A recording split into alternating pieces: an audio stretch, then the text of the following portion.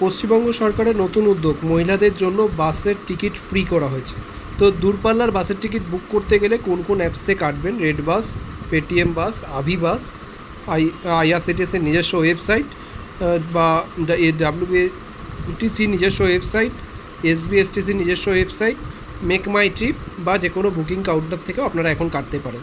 তো আমি আজকে দেখাবো যে রেড বাস থেকে, আজকে যেটা সবথেকে পপুলার বাস বুকিংয়ের ওয়েবসাইট, সেটাতে আপনারা কীভাবে কাটবেন। তো ফার্স্ট আমরা যদি যে কোনো ব্রাউজারে যাই, যে কোনো ব্রাউজার থেকে গিয়ে আমরা এখানে যদি আমরা সার্চ করি রেড বাস বুক করলে রেড বাসের ফার্স্ট যে অপশানটা আসবে সেটা হলো রেড বাসের অফিসিয়াল ওয়েবসাইট। সেটা হলো রেড বাসের অফিসিয়াল ওয়েবসাইটের পেজ।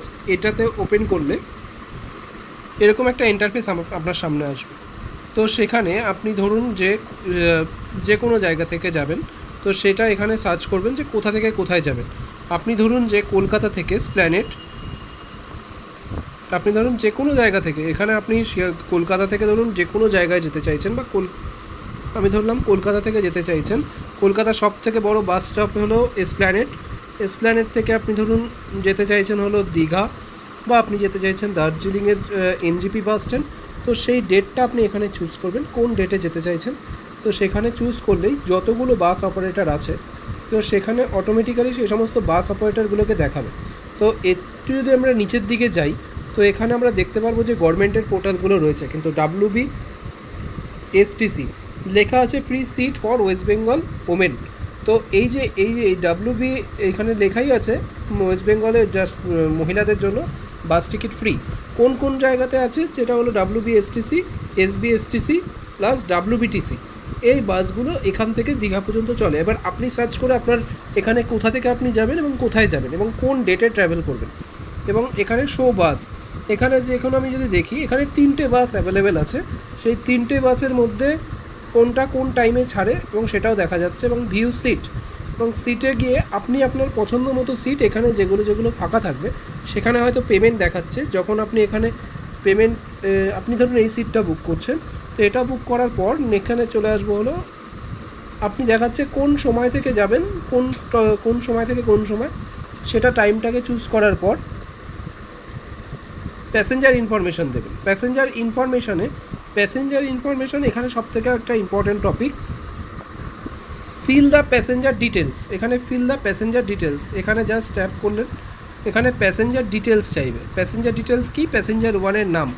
ধরুন আপনার নাম হলো আপনার নামটা আধার কার্ডে যেটা রয়েছে সেই নামটাই আপনি এখানে দেবেন। ধরুন আপনি আপনার নামটা এখানে বসালেন এবং আপনার এজ, আপনি যেই এজের ধরুন সেই এজটা আপনি বসালেন। এবার এখানে ফিমেল চুজ করলেন, মেলের জায়গায় অবশ্যই ফিমেল দেবেন। এবার দেখাচ্ছে আইডি টাইপ।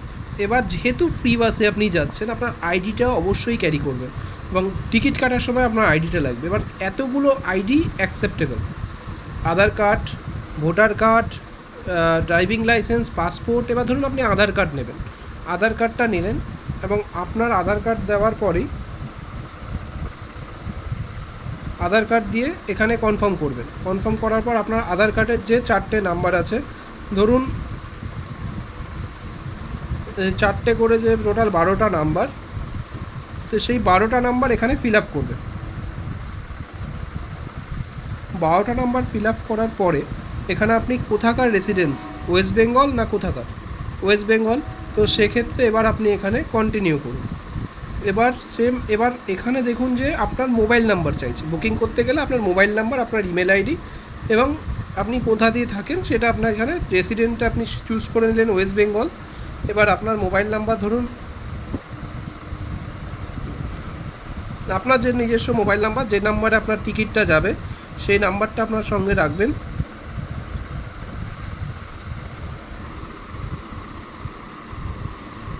সেম এটা করার পরে আপনি ইমেল আইডি দিলেন।